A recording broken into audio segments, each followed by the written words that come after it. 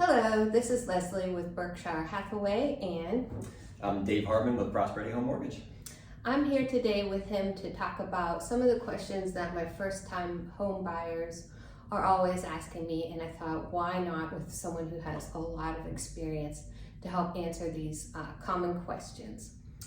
Starting off, the first question would be, when applying for a mortgage loan, what should the buyers have at the ready? Well, when you're applying for a mortgage loan, we're basically looking for a couple things. We need to get a 2-year employment history, 2-year income, also information on your bank accounts, your assets, what money do you have saved up for your down payment and closing costs, 2-year residence history, and then most importantly is permission to check credit, because checking your credit is going to be the starting point for determining your qualification. Okay, what kind of loans are there? There's not that many. Your basic loan programs would be your conventional. I'd say about 80 to 90% of clients usually qualify for conventional loans. Another loan program out there is an FHA loan. There's also VA loans for veterans, anybody who's had military service and is eligible. And then you have what's called a USDA loan, which is a loan program for those that are in more rural areas. Like Clayton, Garner, Benson? Generally anywhere outside of Wake County. There are spots on the outskirts of Wake County that actually do qualify, but once you get into the surrounding counties, most of those areas do qualify. Oh, that's really good. Okay. What factors affect the pre-qualification rate? What are the differences between pre-qual and pre-approval? Yeah.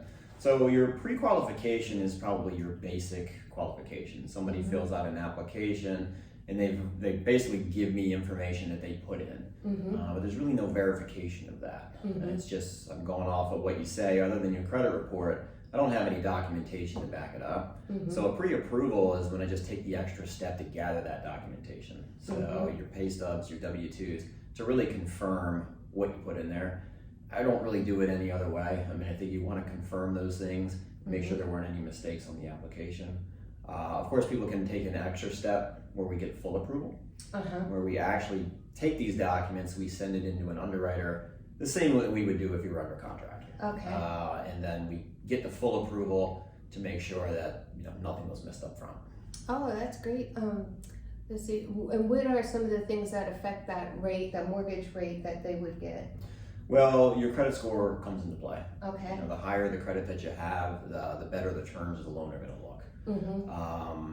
Debt to income ratio. So what we call your debt to income ratio is we're looking at what are your minimum payments on your accounts. And the credit report is going to tell us that. Do you have a current mortgage? Do you have car payments? Do you have student loans, credit cards? We're only looking at the minimum payment. So if you have a $15,000 credit card, that's not a big deal. We're just looking at the $200 monthly payment to determine how that affects your qualification. Oh, okay. So it's pretty simple. We just add all that up. We take the minimum payments, add it up, plus the new expected mortgage payment.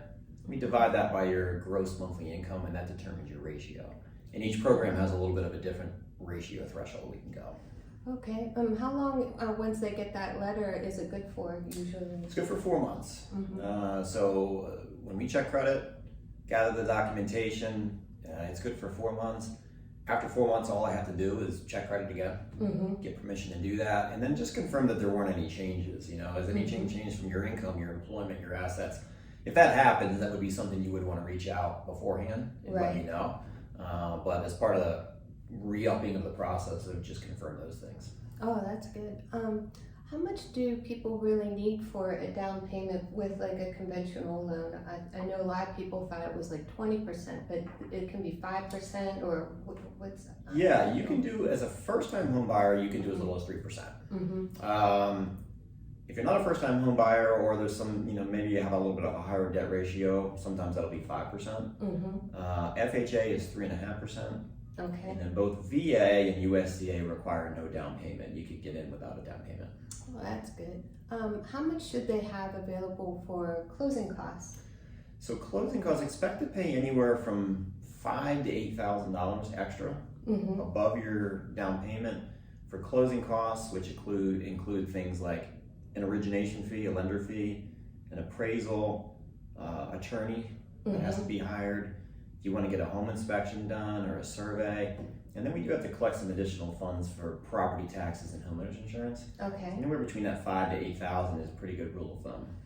good. And then for my last question, what can they do to get a smaller mortgage rate?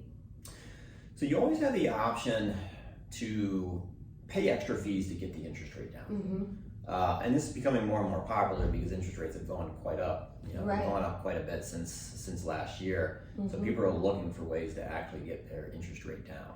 Right. So let's take, for example, let's say the current interest rate is say 6.5%. Mm-hmm. If you wanted to get that rate down to 6%, you can do that by paying additional fees. Mm-hmm. It's a strategy I've been using a lot with my clients. If you have, is to take some of your down payment money and actually use it to get the interest rate down. So, Okay. for example, if you had $50,000 to work with here, it might be better off to put $40,000 down Mm-hmm. and then take that $10,000 to get the interest rate down lower. Oh, okay. It's more impactful to get your interest rate lower a point or a point and a half Mm-hmm. to your payment than it is to put $10,000 down. Okay. But there's always that option. That's why it's important to kind of reach out to a lender in the beginning, Mm-hmm. figure out what you qualify for, what your rate options are, from the base rate to the discounted rate. I think that's all very helpful, especially because when people call me, they already have a house in mind and it's like a $500,000 house, but they've never gone through the process to see what their monthly payments would be, how much they need to put down. They're not prepared for closing costs. So again, if you have any additional questions about what you need to do to be prepared, sometimes, this isn't just for first time home buyers, this is also for people who haven't bought a house in a long time. And I think it's a great refresher course. So we're always available to answer any questions.